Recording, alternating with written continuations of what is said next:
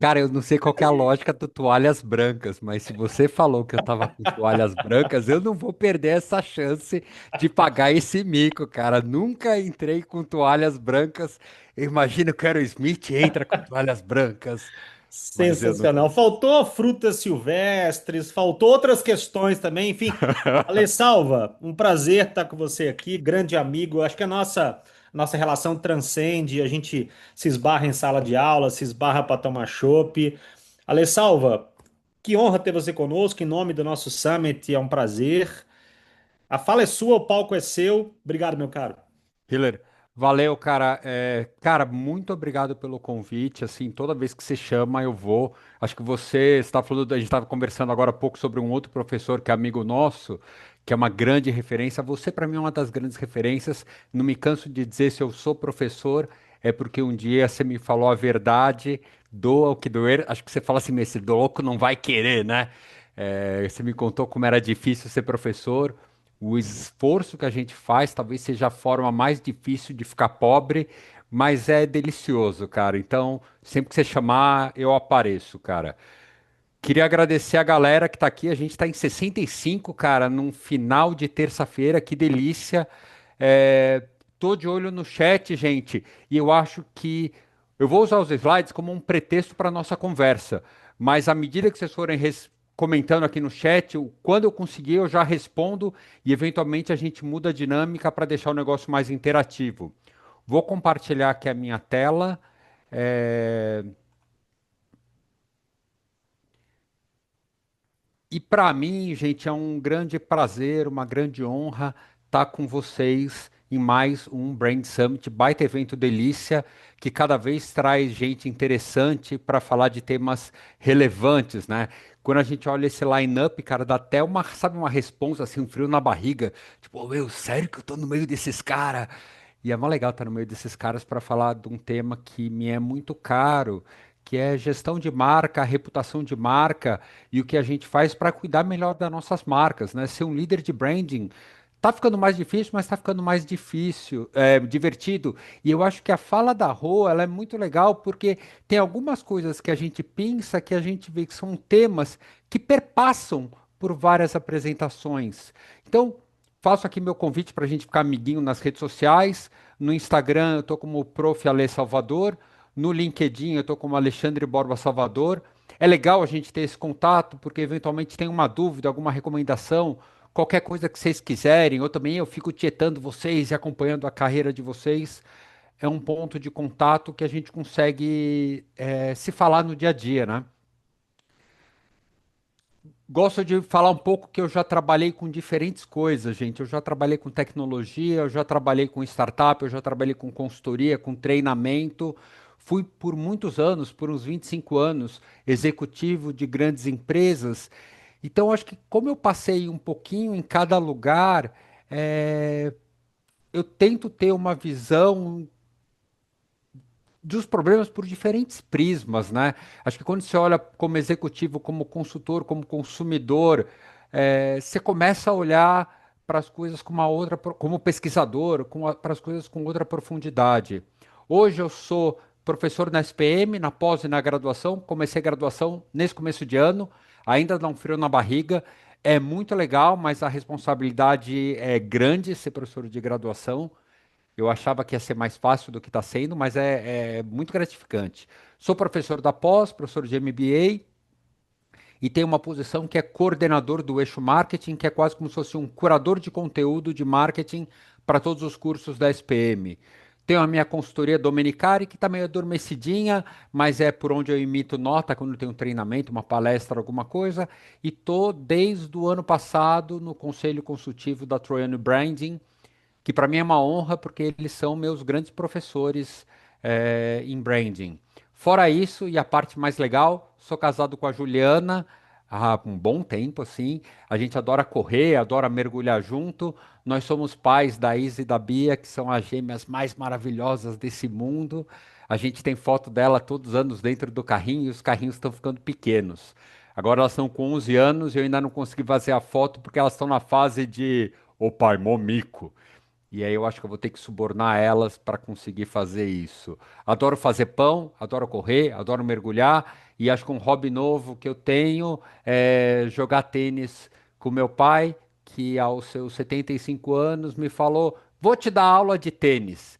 Cara, e quando você tem um pai de 75 anos que fala, vai te dar aula de tênis, aceita, cara, porque é um barato. E esse virou nosso compromisso semanal, que o meu irmão que está assistindo a gente aqui afinou e inventou que tem um exame para não participar do jogo hoje. Que coisa feia, Sergião, shame on you. Vamos falar sobre gestão de crise, vamos falar sobre marca, vamos falar sobre coisa gostosa, vamos falar de branding. O mundo está muito louco hoje, gente, e é por isso que está ficando mais desafiador ser um líder de branding, sabe?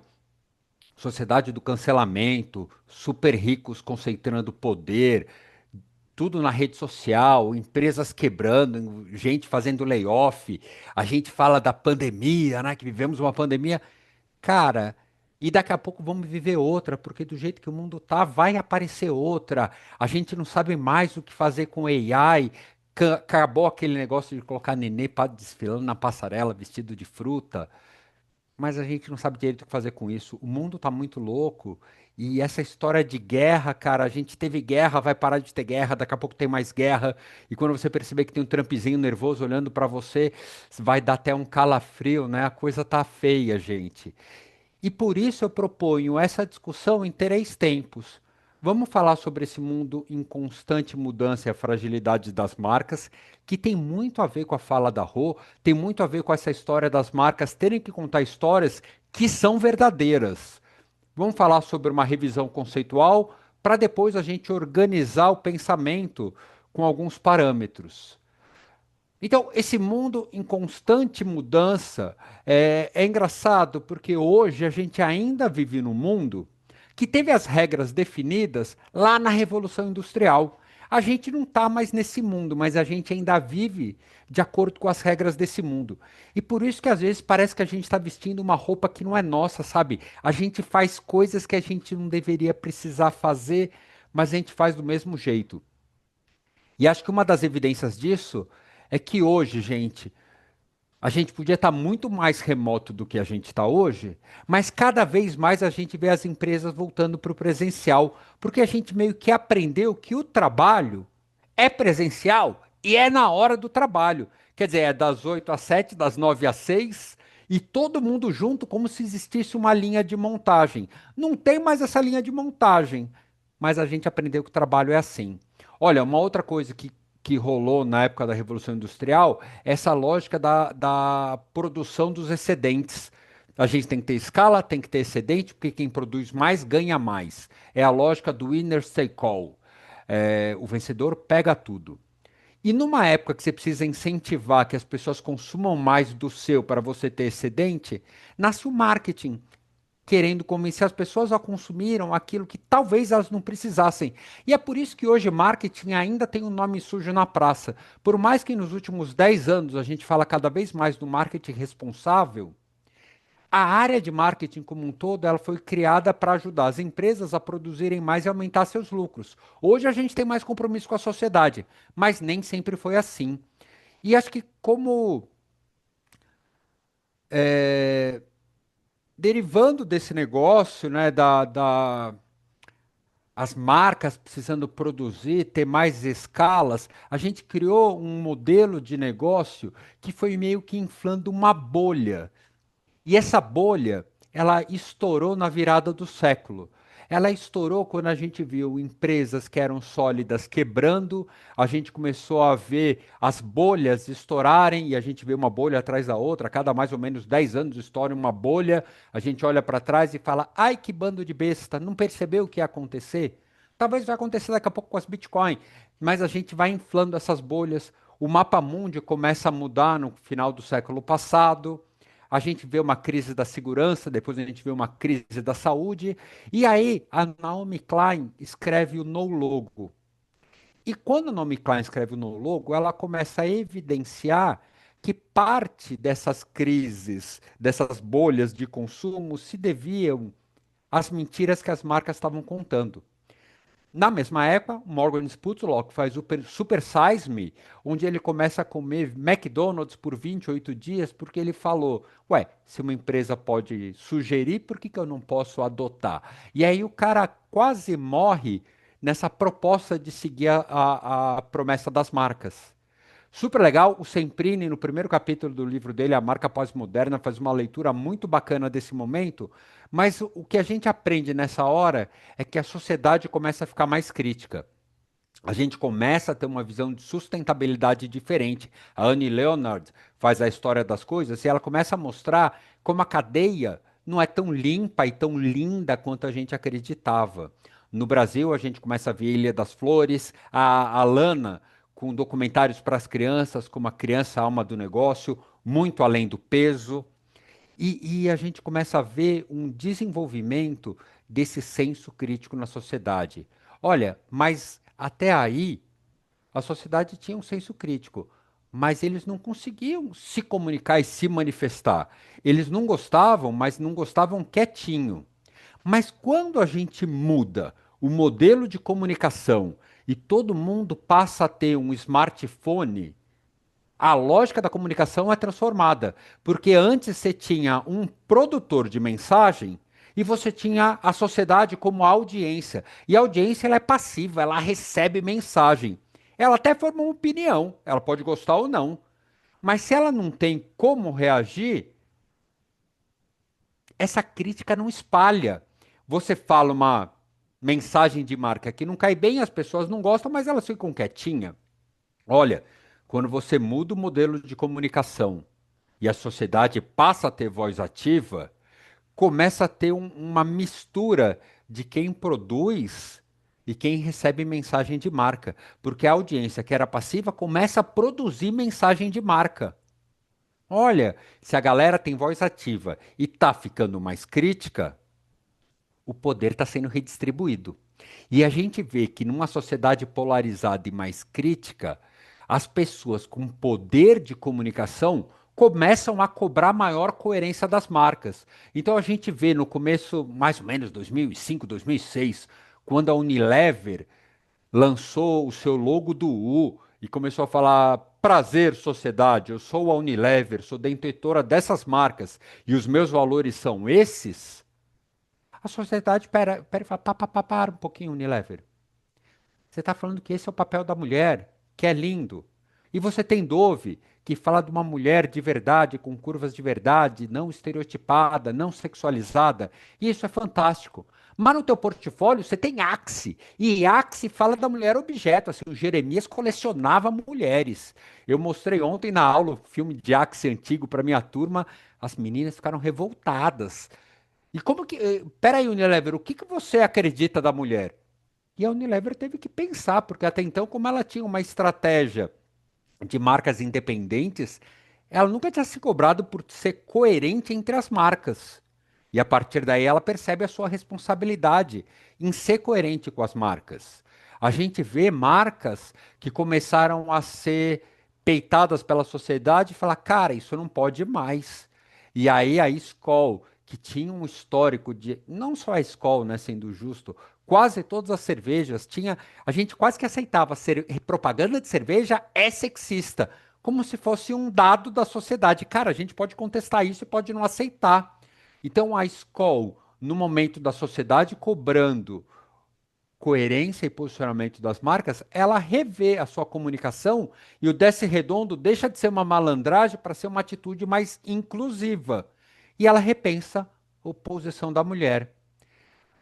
Esse slide eu tinha ocultado, mas eu resolvi mostrar depois da fala da Rô, porque teve uma empresa que fez a lição de casa, né? Quando a gente lembra da comunicação da Tracker, que tinha um cara que fechava uma mulher, ou a mulher que passava o cara, eu não lembro, mas o homem gritava para a mulher: "Ah, vai pilotar fogão!" E a mulher fala: pilotar fogão? Eu piloto o que eu quiser. E ela pilotava um jato, a outra era pilotava a prancha de surf, a outra pilotava uma empresa. E a Paola fala: cara, pilotar fogão, qual que é o problema? Eu piloto o que eu quiser. E aí falava da Tracker, revise seus pensamentos. E eu vi essa propaganda e falei, cara, que lindo e que legal essa provocação, né? Eu lembro que a minha mãe ficava bravuda, assim, quando falavam, ô, Dona Maria, vai pilotar fogão. Ela ficava muito brava porque o nome dela é Maria e ela se sentia muito ofendida. Cara, mas será que a mulher poderia pilotar a Chevrolet? E aí eu dei um Googlezinho assim, ó, mulheres em posição de liderança na GM. Cara, eu não abri todas as matérias, mas quando você começa a ler, ó, General Motors adere ao movimento de equidade racial. Como Mary Barra foi de estagiária a CEO da General Motors. Mulheres CEOs, 50 líderes à frente das maiores empresas. Ambição na GM é ser mais inclusiva do mundo. Quem são as mulheres que junto com Mary Barra, papapá, você fala, pô, os caras fizeram a lição de casa. Então, a Chevrolet pode fazer essa propaganda, a GM pode fazer essa propaganda, porque ela tem mulheres em posição de liderança. E mulheres em posição de liderança é um tema na GM. Se ela não tivesse, podia dar muito ruim. Então, hoje em dia, a gente primeiro precisa ser para depois poder falar. A gente lembra de vários exemplos de bancos, né, de empresas de finanças, de CEOs, que deu ruim quando foram se pronunciar. Tem gente que não precisa nem se pronunciar, é só mostrar a branquitude na cobertura do prédio que você já critica. Ou a CEO do Nubank que fala que para ter mais negros em posição de liderança ia ter que liderar nivelar por baixo. Ou o Thales que fala que Deus me livre ter uma mulher CEO. A sociedade está de olho e ela cobra, isso desgasta a imagem das marcas que eles representam. Ou a gente começa a ver que a forma como você trata os seus franqueados pode te gerar uma crise de imagem de marca que pega o executivo, a empresa do executivo, o parque, as futuras propriedades, porque você começa a questionar assim, ó, cara, será que o Willy Wonka é do bem mesmo? E aí tem uma mistura, né, do personagem, do empreendedor, do fundador, do gestor da rede. E quando tudo se mistura, tudo fica muito mais sensível. A gente pode ver que para entrar numa crise de marca hoje, a tua marca nem precisa ter feito alguma coisa errada. A gente lembra da história do Coach Campari, né? Coach Campari, que o cara falava, ô meu, tô tomando meu Campari. Cara, ele não fez nada, mas a Campari teve que ligar um comitê de crise porque corria o risco da marca virar o ícone do machismo, sabe? Do sexismo, a bebida do macho Campari. Cara, pode dar ruim. Teve uma história que quando o Bolsonaro começou a aparecer com muita evidência com a Bic azul, a Bic ficou de olho, porque imagina se metade do Brasil começa a boicotar a caneta Bic porque ela virou a caneta do sabe? Então, as marcas, elas não precisam necessariamente fazer uma coisa errada para ser colocada numa crise. E isso é diferente do passado, né? A gente vê que, de repente, uma crise dos leões, né, dos leões fajutos que aconteceu nesse ano, respinga na empresa de eletrodoméstico, respinga na cerveja do caso Fake, respinga na agência, mas respinga na marca Brasil como um todo, porque esse negócio de agência brasileira que faz case começa a ser questionado. E, pô, cara, a marca Brasil é uma marca muito delicada, porque ela está ligada à alegria, à diversão, mas também ela tem um passivo aí de desconfiança, de seriedade, e esse negócio afeta grandemente a marca Brasil. A gente vê, né, que com o crescimento dos influencers, os influencers começam a representar grandes marcas. Não é mais uma pessoa, é uma marca, é um produto, né, uma pessoa produtizada. E aí o que o Felca fez afeta o Ítalo, mas começa a quase que cair um dominó. Porque quando tem uma categoria que está muito em evidência e começa a ser criticada, cai o dominó do Ítalo e você puxa a capivara e vê que o Ítalo tinha conversado de Virgínia por causa de um calote, um suposto calote por causa de um perfume, e que Virgínia já estava numa CPI, rau, por causa do tigrinho, e que faz uma coisa de quando a pessoa começa, uma categoria começa a se envolver em crises de marcas sucessivas, a sociedade começa a ficar menos paciente. Então, até o fato da Virgínia não saber sambar virou meme. Eu acho que se ela tivesse bombando em evidência, imagem limpa, o mesmo samba, sabe? Aquele samba meio jeitoso, que foi criticado, podia ter virado um ponto de superação. Olha que barato. A Virgínia não sabe sambar, mas em 5 meses ela vai virar a melhor sambista do Brasil. Você podia transformar esse negócio numa coisa positiva, mas quando a marca já está arranhada, tudo depois contra. O gatinho aí de novo. Ou a história da Spaten, né? De fazer um evento, Spaten Fight Nights, que tinha tudo para ser muito bacana, mas uma treta no final, porque aquilo não foi luta, foi treta, podia arranhar a marca Spaten. E não só a marca Spaten, podia arranhar a marca Popó, a marca Vanderlei, a marca Verdun, que entrou lá do nada para dar porrada, podia sujar a imagem do box, várias marcas envolvidas num descontrole numa noite de evento. A gente vê o que o Trump, cara, esse cara, ele é difícil prever o que vai acontecer, né? Mas o cara do nada lança essa história de Tilenol que provoca autismo e mesmo que não tenha evidência científica, cara, se eu fosse uma mulher grávida e o presidente dos Estados Unidos falou que Tilenol pode causar autismo, acho que eu ia ficar com medo de tomar Tilenol, mesmo não tendo evidência científica. Então, olha como tem situações que a simples possibilidade de ter um problema já dispara uma crise, porque talvez não vale o risco para essas pessoas. Ou o que a gente está vendo com metanol, não é? Assim, acho que não sabemos de onde vem, não sabemos para onde vai, mas de repente as pessoas começaram a achar que não vale mais a pena. E a categoria como um todo sofre com isso, né? Porque aí você começa, quanto mais você descobre, mais você vai ficando com medo. Eu nunca tinha visto uma estatística que eu acho que 20% dos destilados no Brasil são falsos ou de fontes não legais. É assustador isso, gente. O ponto é que essa sociedade com voz ativa deixa as marcas cada vez mais frágeis. A gente lembra aqui do Dileto, que alguém tinha colocado no chat, né? Essa história do Dileto. Pô, baita. Deixa eu puxar o chat para cá, gente, perdão. Baita coisa importante, né, que aconteceu. O cara contava a história que a família dizia que La Felicità é um gelato, mas a família do cara era, acho que espanhola, não tinha esse nono, né? É, Aqui o Ricardo colocou, gosto da sua visão. Desculpa. Gosto da sua visão de olhar quem é vulnerável na situação, como sua mulher grávida em relação ao Tilenol. A gente pensa muito em nós mesmos, mas, cara, Ricardo, pessoas. Uma das definições de crise fala que elas afetam a sociedade emocionalmente, né? Porque a gente se sente mais fragilizado e a gente acha que sente que pode estourar a qualquer momento.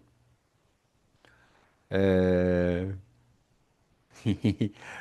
O chat tá bom, o chat tá bom. Cara, falando um pouco de conceito, porque eu gosto de conceito antes da gente entrar na próxima parte, eu pus esse tiozinho aqui, que agora a gente vai separar os tios das crianças. Dá num chat quem sabe quem que é esse cara aqui, que não é o Taz, tá? Quem sabe o nome desse personagem? Queria ver se alguém lembra o nome desse personagem. Ah! A Flávia tem o RG baixo, Levi também. Muito bom, muito bom. Que legal, gente. Eu achei que só eu ia saber. O Hiller também. O Sérgio não é novinho também. Professor Tibúrcio, vamos lá para a revisão conceitual. Brand equity, né? Por que que a gente constrói? Meu marido me contou. Juliana Ribeiro, sua linda. Juliana Ribeiro, minha esposa. Brand equity. Brand equity é o valor agregado atribuído aos bens e serviços. A gente pode traduzir brand equity como patrimônio de marca. Então, tudo que a gente faz numa gestão boa de marca constrói um valor diferencial que é o brand equity. né? Esse valor pode refletir no modo como os consumidores pensam, sentem, agem em relação à marca, bem como no preço, na participação de mercado e na lucratividade. A gente gera um valor adicional com o brand equity que pode virar uma propensão a pagar mais, a comprar mais ou até gostar mais. Esse patrimônio de marca influencia até a nossa percepção de sabor. Esse brand equity, ele pode ser impulsionado pelas escolhas dos elementos da marca. Então, uma H2O, que se chama H2O, né? Oh, remete à água, remete à refrescância e o name, os elementos da marca, a garrafa, as cores, o design, tudo isso impulsiona o brand equity. O produto, a entrega do programa de marketing impulsiona o brand equity. E olha, as associações diretas ou indiretas com outras marcas e eventos também afetam o brand equity. E é aqui que a crise se pluga. Porque normalmente as crises ela vêm de manifestações geradas por qualquer stakeholder. Pode ser que a marca fez uma coisa errada, mas pode ser que alguém ligado à marca fez alguma coisa errada. Então é nesse ponto que as crises conectam com o brand equity. Normalmente a gente fala muito das ações que reforçam o brand equity, mas a crise ela erode o brand equity, né? Então, crises são manifestações desalinhadas com os projetos da marca, que criam associações indesejadas e corroem esse patrimônio da marca. Crise é um evento não rotineiro, inesperado, repentino, que cria incerteza e ameaça os objetivos da organização, podendo causar prejuízos financeiros e corroer a reputação da empresa. Crise de imagem é um evento que não pode ser resolvido com os procedimentos rotineiros. E por isso que quando rola uma crise de marca, a galera se mobiliza num comitê de crise. As crises podem prejudicar o interesse, podem prejudicar os públicos de interesse fisicamente, quando você sofre com o problema da marca, financeiramente e emocionalmente. Né? O viver com medo de tomar um medicamento que você precisa é um sofrimento emocional. É, tipos de crise de marca, né? Elas vêm de falhas de produto, problema com responsabilidade, mau comportamento corporativo, má conduta dos executivos, resultados ruins de negócio geram crises de imagem de marca. Então, uma empresa que decreta recuperação judicial, as pessoas começam a desconfiar do negócio da empresa e o próprio fato dela ter decretado recuperação judicial, às vezes faz as pessoas consumirem menos. Atitude controversa de porta-voz, perda de apoio público, controvérsia sobre posse e outras manifestações não alinhadas com o projeto da marca. É, todas as 8 primeiras, elas estão no Mário Rosa, que é um dos melhores livros de gestão de crise. A nona, ela é mais contemporânea e ela não aparece lá. Então, nesse cenário, olha que legal aqui esse ponto da Flávia. Eu lembrei do caso da H&M e a preocupação com polarização política prejudicar a chegada deles no Brasil. Flávia, isso é muito sério, né? Porque é, depende do evento, as pessoas, as empresas estavam com medo de ostentar uma camisa do Brasil porque poderia virar um ato político. Depende do evento, as pessoas têm medo de ostentar uma camisa vermelha porque pode virar um ato político. A gente está num ponto que não agradaremos todos. E aí a gente tem que escolher em quais brigas a gente topa entrar que a gente consegue se justificar com orgulho. Fiz isso sim e fiz porque eu acredito nisso. Né? Se a gente não puder justificar com orgulho, talvez seja melhor não fazer. Então, nesse momento, o que, que a gente faz? A gente sente e chora? Eu acho que nesse mundo polarizado, a gente não vai agradar todos, mas a gente precisa conhecer a nossa essência, o nosso propósito, para poder ser consistente. A gente precisa ser antes de falar. Lembra da GM, que primeiro colocou Mary Barra, fez os programas de inclusão e diversidade, para depois poder falar. E olha, uma hora que a gente falar, a gente tem que estar seguro para sustentar o que a gente falou. Se a gente achar que se a gente for sabatinado, a gente volta atrás, é melhor não falar. Nesse mundo de acesso à informação e democratização dos meios de comunicação, a sociedade vai cobrar cada vez mais coerência entre discurso e prática. E quanto maior for a visibilidade, mais forte for a marca, mais representativa a marca for, maior vai ser a cobrança. Ninguém vai pedir para aquela marca quase irrelevante ser coerente. A sociedade vai cobrar que os líderes sejam coerentes. Numa sociedade com tanta exposição, tantas interfaces, tantos meios de comunicação, tantos representantes da marca, tantos influenciadores falando sobre a marca, falhas vão ocorrer e isso é normal. Eu estou tentando lembrar onde que eu li essa fala, acho que foi ontem. É, problemas vão acontecer, as pessoas podem errar e ninguém espera que as marcas não errem. Agora, elas precisam assumir, aceitar, se desculpar e se explicar. Aí sim as pessoas vão apoiar as marcas. Eu acho que quando a gente conhece a nossa essência da marca, da empresa, a gente sabe quando e como a gente deve se posicionar. Uma marca que é muito oportunista, às vezes ela não está fazendo as coisas de acordo com a sua essência. Mas quando a gente faz as coisas alinhadas com a nossa essência, a gente sabe como e quando se posicionar, né? Coerência, reputação são levados em consideração. Então tem esse modelo dos Sionkos e Kussbard, que eu coloquei no artigo em 2015, que ele fala, né, que reputação da empresa e a resposta da empresa influenciam muito como o consumidor percebe a crise, percebe os riscos da crise. Esse modelo de resposta, ele fala muito, né, que ele vai da negação até o super esforço. E o que ele fala? Cara, a empresa perde credibilidade quando ela nega a crise. E depois a coisa se mostra verdadeira. Putz, você negou. E depois a coisa se mostrou verdadeira, aí vai dar ruim. E foi isso, gente, que aconteceu com a cerveja Belo Horizontina. Não sei se vocês lembram nesse caso, eu acho que ele tem uns 4 anos em BH, Belo Horizontina, da Baker. Uma pessoa morreu porque consumiu a cerveja e foram ver, tinha acho que um anticongelante na cerveja, que era o dietilglicol, que é um anticongelante que é usado acho que em linhas, né, durante o processo fabril. E a primeira coisa que a Baker falou foi: nunca compramos esse produto. Esse produto nunca entrou na nossa fábrica. Mas depois a polícia investigando, pegou que era um item normal de compra deles, que fazia parte do processo. Olha, quando você nega e depois alguma coisa se comprova, dá ruim, porque a sociedade perde a credibilidade.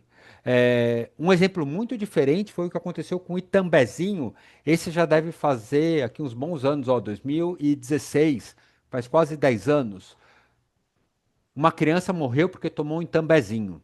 E quando isso veio a público, o Alexandre, presidente da Itambé, foi a público na hora e falou: gente, acho muito difícil ter sido um problema na nossa fábrica, mas seja como for, até a gente apurar, não corra risco. Não consuma os produtos da Itambé e acho que dê uns lotes.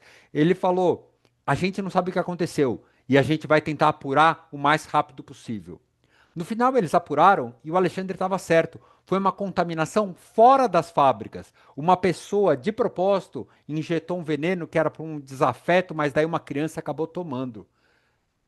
Mas o fato do Alexandre ter vindo a público, ter falado, não corra risco, mais importante do que vender é a saúde de vocês, fez com que a empresa saísse gigante desse caso. Ela perdeu venda, mas ela ganhou muito apoio público e muita reputação. Eu acho que a Spaten mandou bem depois da treta daquele sábado à noite, porque na madrugada os caras já se posicionaram de forma nada ambígua. Acreditamos que o espírito esportivo e as regras devem sempre prevalecer. Reprovamos os eventos que ocorreram após o término da última luta, que não representam esses princípios. Continuaremos trabalhando para apoiar e elevar os valores do esporte e das artes marciais. Cara, uma declaração nada ambígua. A gente condena o que aconteceu, a gente reprova. E ao se posicionar rapidamente, a crise não transbordou para Spider Fight Nights. Pode ter um próximo. E as pessoas vão esperar que ele dê bom. Se der ruim de novo, aí é um problema. Mas as pessoas vão acreditar na Spaten porque ela se posicionou de forma não ambígua. De acordo com a extensão da crise e com a reputação da marca, a crise pode transbordar e ferrar a categoria como um todo. Então, uma crise muito pesada numa marca que representa muito a categoria tende a afetar a categoria como um todo, que é o que aconteceu com a Ades em 2016, no caso de contaminação por soda cáustica. Poucos casos, controlado, mas era uma coisa muito séria no maior líder da categoria de bebidas de soja. Cara, o mercado de soja como um todo sofreu o golpe e nunca, ainda não voltou para o tamanho que tinha antes. A gente vê a história dos influenciadores, né? Virgínia, o Ítalo, esqueci o nome desse cara, alguma coisa Maia. Cara, eles começam a se envolver em problemas e agora as pessoas estão olhando para influenciadores com desconfiança, porque influenciadores muito representativos tiveram problemas sérios. E aí você perde a credibilidade na categoria influenciador como um todo. Não precisamos nem falar de Tilenol, o quanto esse negócio é sério e o quanto Tilenol representa a categoria. Então, os públicos mais afetados por esse problema de crise de marca, não de crise de produto, vão ficar com medo de tomar qualquer coisa.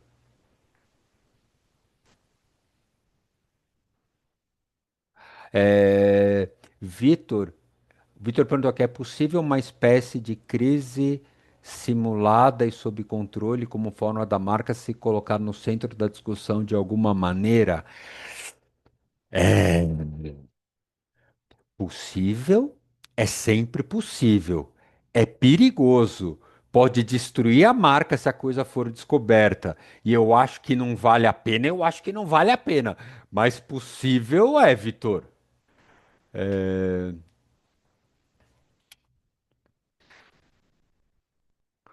Essa pergunta da Aline. Aline Bahia, querida, olha você aí. Qual é o passo essencial para que a empresa evite crises relacionadas à inconsistência do posicionamento versus o que é comunicado? Falar do fundo do coração, Aline. Para quem é gestor de marca, às vezes é mais fácil a gente enxergar isso do que a liderança tradicional da empresa das outras áreas. Mas a forma da gente evitar essa incoerência é não ser incoerente. Um dos nossos compromissos com o posicionamento tem que ser que ele seja verdadeiro. A gente tem que ser antes de falar. Se a gente for antes de falar e tiver um compromisso com a verdade, a gente não vai ser pego em incoerência. Agora, se a gente quiser prometer coisas que a gente não dá conta de entregar ou a gente não consegue sustentar, vai dar ruim. Marketing, e eu acho que o profissional de marketing contemporâneo, o gestor de branding contemporâneo, tem a obrigação de comprar essas brigas dentro de casa. Porque a gente ainda tem a imagem de pessoas de outras áreas falando: não, não, vai e faz isso que todo mundo vai aceitar. Não rola. É, E aí, ó, conecta, tá, Aline, com esse ponto, né? Tem um modelo que é sobre o quanto que a empresa valoriza a informação e o quanto ela tem legitimidade no cuidado com o consumidor. Olha que eu não estou dizendo que é intenção de parecer, mas é uma legitimidade real. Quando a empresa não tem uma legitimidade real, ela adota uma postura mais de proteção legal do que de solução. Quando ela tem uma legitimidade no cuidado com o consumidor, ela vai mais de peito aberto, ela vai mais transparente e ela vai mais para uma solução. A sociedade percebe a diferença no tratamento. Lembra muito da fala do Alexandre. Gente, acho que esse problema não rolou, mas não consuma. Compara com as empresas que começaram a fazer post por causa desse caso do metanol, falando: esses são meus fornecedores, pode beber aqui à vontade. Aqui ninguém bebe etanol. Cara, a gente não sabe nem de onde está vindo, não faz isso. Porque você pode estar induzindo as pessoas a consumirem um problema que é um produto que a gente não sabe de onde veio. Então, A gente tem que ter esse cuidado legítimo e demonstrar isso. Uma cultura de prevenção à crise, legitimidade no cuidado com a sociedade e consumidor, leva a uma melhor percepção da sociedade sobre as ações da empresa e, consequentemente, uma maior predisposição a desculpá-la. Pensamento errado em crise, ele está ligado a achar que a gente pode pôr panos quentes e sair rapidinho. Então, sabe, a gente está fazendo a coisa certa, somos imunes. Não depende só da gente. Já passei por situações piores, mas se não se cuidar, essa vai superar. A crise está superada. Não tá. Até fazer o rescaldo, até a sociedade dizer que está superada, não tá. Eu cuidava de Todinho na época que teve a crise de Todinho. A gente achava que estava superado. Eu tinha saído já da empresa. De repente vem o caso de Itambé, que não tem nada a ver com Todinho, é outra marca. Mas a crise de Itambé fez reavivar memes de Todinho e o saque da PepsiCo encheu, porque a marca ela fica quase que com uma cicatriz, sabe? E qualquer coisa ela abre. Somos vítimas de uma conspiração. Não vai colar. Fique tranquilo, não fique. Agora não tem mais jeito, mas sempre pode piorar. Eu acho que esse é um pensamento errado. Acho que o pensamento correto, ele passa por saber que o ruim é melhor que o pior. Então tá ruim, mas se a gente não tomar cuidado, a coisa vai ficar pior. O pensamento correto em crise é saber que o interlocutor não é um idiota. E não adianta a gente mentir qualquer coisa achando que os outros vão cair. Não sei se vocês vão lembrar de um político, que eu não vou tentar lembrar o nome dele para não ser injusto, mas é um cara da Câmara de Vereadores de São Paulo, que um dia o áudio dele vazou e ele falou só podia ser coisa de preto. Quando tinha um cara lavando o carro na calçada. Cara, o áudio vazou, tava gravado. E aí ele falou: Não, eu não falei isso. Eu falei que eu tinha saudade do meu carro preto. Não deu bom pra ele. Né? As pessoas não são idiotas, cara. O William Vac poderia ter feito uma dessa. Bom, qual é o bom William Vac? É, às vezes, não agir e ficar monitorando. Não é não agir e não fazer nada, não é não agir e ignorar a crise, mas não agir e ficar monitorando e ficar tomando o pulso e esperar a hora certa para falar é a melhor ação que a gente tem que fazer. Às vezes as pessoas estão tão ansiosas no momento de crise que acha que tem que sair fazendo. Isso aqui, gente, para mim ele é muito simbólico. Vocês lembram dessa cena? Acho que vocês vão lembrar dessa. Ai, caramba, cadê meu mouse? Vocês lembram dessa cena, né? Do casalzinho ali no show do Coldplay? Pô, se na hora que eles aparecem na câmera, eles ficam paradinhos, a câmera muda de casal e a vida segue e ninguém ia perceber. Na hora que eles mostraram aquele pânico todo, chamam mais atenção.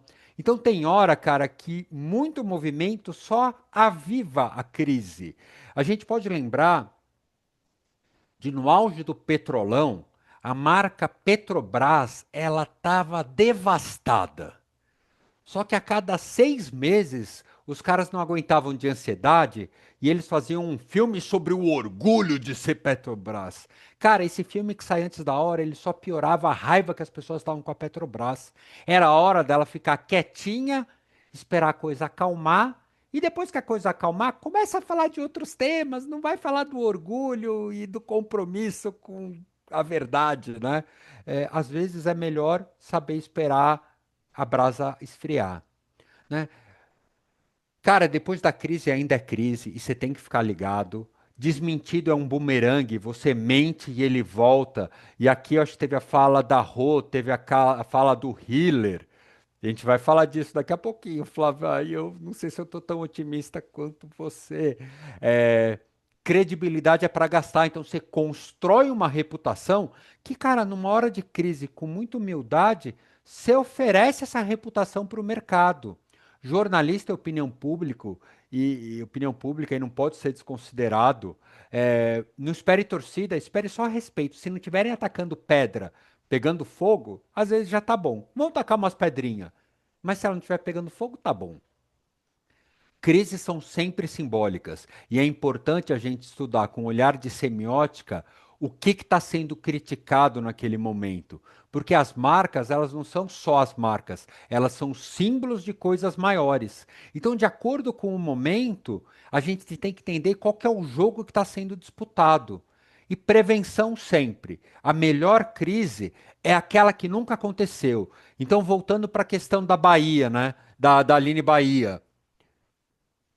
Cara, como que você evita um ponto, uma crise por ser incoerente entre o posicionamento e a execução da marca? Seja coerente. Se você for coerente, você não vai ter que justificar isso. Seja coerente, trabalhe prevenção sempre.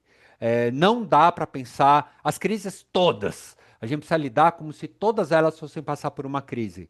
E a gente já trabalha com os protocolos, com as ferramentas para antecipar, com um mapa de risco para atuar onde o risco é maior, o impacto vai ser muito maior, né?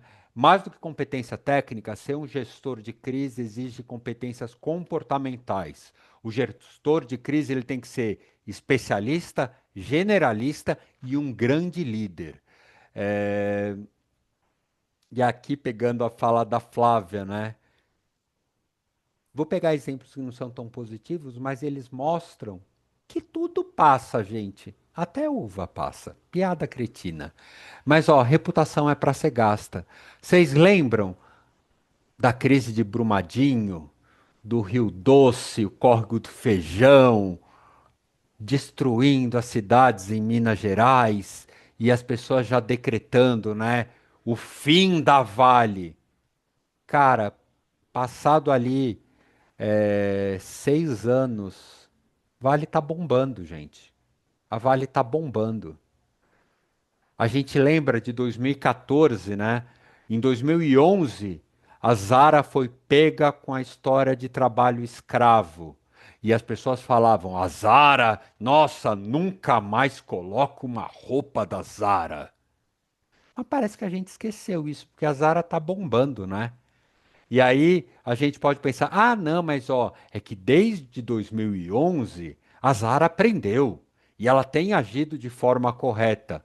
Não muito, né? Porque a gente pega essa matéria de 2023, 23, há 2 anos. Dona da Zara e outros grupos têxteis são denunciados por trabalho forçado na China. Então talvez ela não tenha aprendido, mas a sociedade, ela passa pano também, porque aquela pessoa que ficou super empolgada com fast fashion, com as roupinhas lindas, quando chegou na vez dela, ai, ela vai se enganar também. Às vezes ela olha isso e fala assim: ai, gente, mas todo mundo faz. Que roupa eu vou usar? Todo mundo. Sabe, a gente às vezes passa pano pelas marcas que a gente gosta. Bom ponto, Ricardo. Odebrecht muda de nome e passa a chamar Novo Honor. E aí a gente vê, né? Por exemplo, acontece muito com partido político, né? Partido político vai mudando, a cada crise vai mudando de nome. Tem partido que nem sabe mais qual nome ele está chamando, de tantas vezes que eles mudaram de nome. E em vez de Odebrecht, agora vai ser Novo Honor. Mas, cara, passou um tempo. Esse ano, os caras voltam a se chamar Odebrecht. E aparentemente, a Lava Jato já ficou lá atrás, né? Faz pouco tempo, não faz tão pouco tempo assim, mas a sociedade esqueceu, parece que passou a moda. Então, o que eu quero dizer, gente, as marcas, elas têm uma sobrevida se a crise for bem gerida. É uma das partes do nosso trabalho que tem que ser feito com muita ética e responsabilidade, porque as ferramentas de marketing, comunicação, gestão de marca, elas podem ser usadas para o bem e para o mal. Né? O Jedi pode virar um Darth Vader ali, cara, se ele usar a coisa pro mal. A gente, reputação é para ser gasta, mas a gente tem que sempre usar com ética e responsabilidade.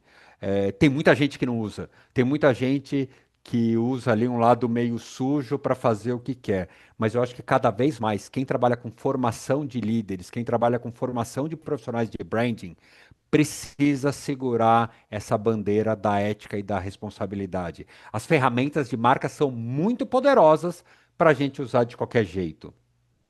Quero passar, antes de passar a palavra para o Hiller de volta, uma série de artigos que eu vou depois compartilhar com vocês pelo Hiller, super interessantes de marca. Combs, Timothy Combs é um grande autor de gestão de crises de marca. O livro do Mário Rosa, Como Lidar com Crises de Marca, Síndrome de Aquiles, é excelente. E aqui eu coloco duas referências minhas, porque eu também gosto de biscoitagem e eu adoro citar os meus artigos também. Biscoitagem é sempre bom. Uma honra estar aqui do lado de gigantes, conversando sobre branding. Hiller, tá contigo. Sensacional. Que aula. Sensacional. Obrigado, Alessalva. Um prazer ter você conosco aqui. Incrível sua fala, super contemporânea. Poçada, quem quiser colocar comentários no chat aqui, uma questão final, acho que a gente estourou um pouco o nosso tempo aqui como um todo. Pergunta rápida, resposta rápida. Nós temos mais 5 minutos aqui.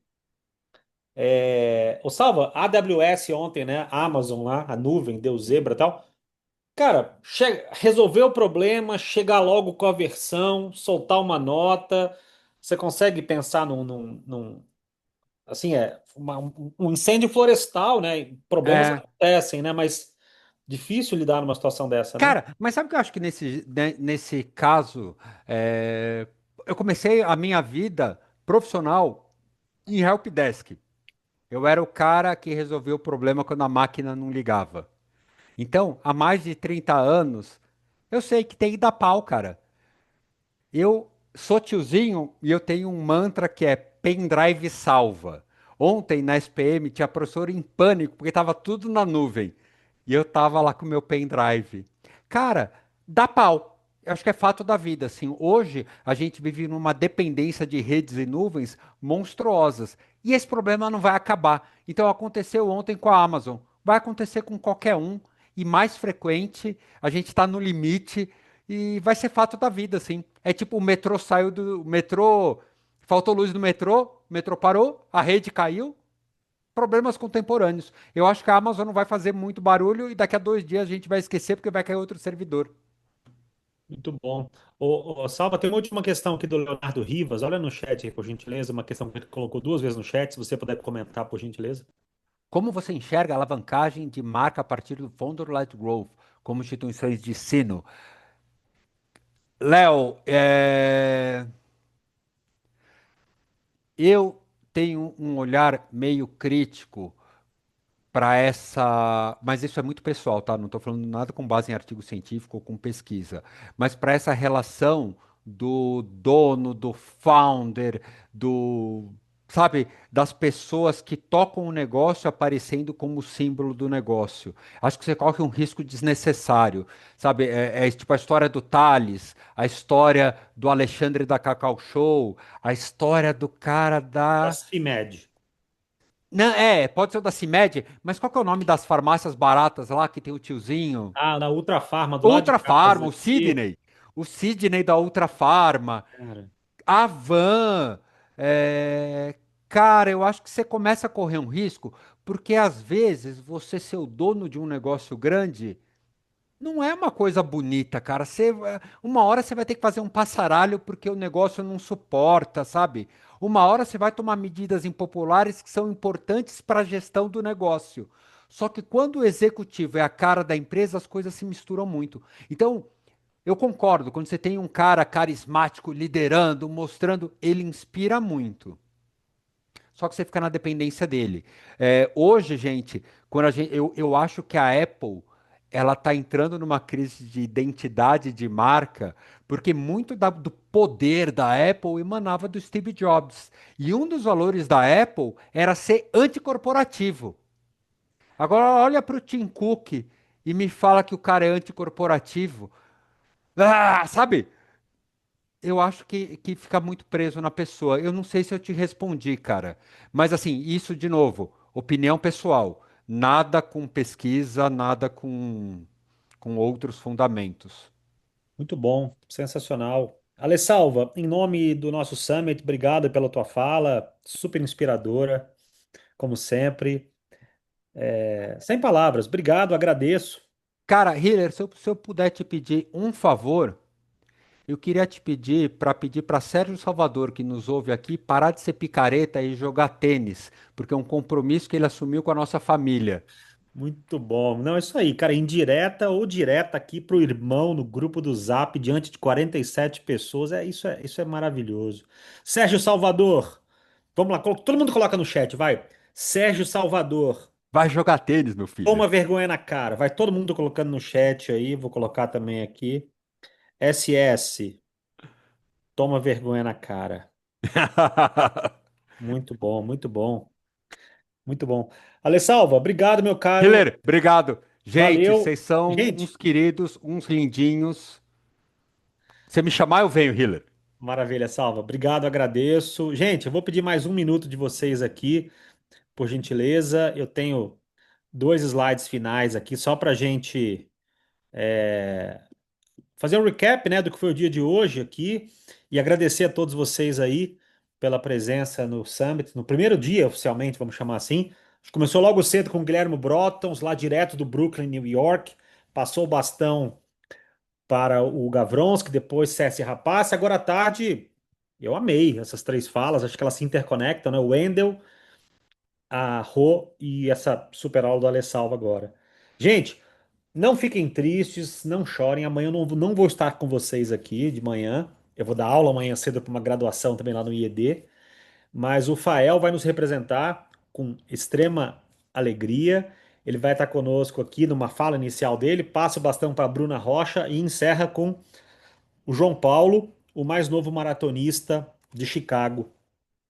Moçada, então o Fael vai estar conosco amanhã, esse sujeito incrível. Passa o bastão para a Bruna e depois a gente encerra a nossa manhã com o João Paulo. E à tarde eu vou estar com vocês aqui novamente, direto de Nova York, da Champions Design, a Halle Allen, uma palestra em inglês, vai estar com a gente aqui.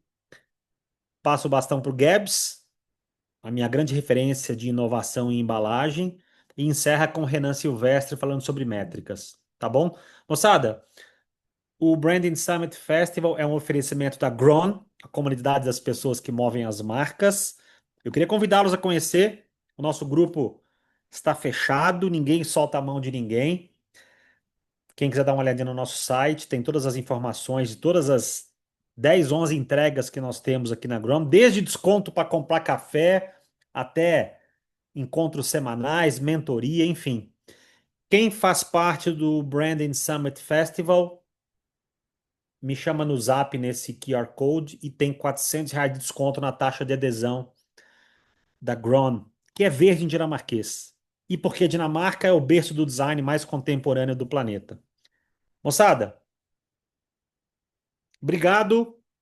O dia hoje foi, desculpa, simplesmente maravilhoso. Obrigado, turma. Um beijo, valeu. Amanhã, 9 horas, com o Fael.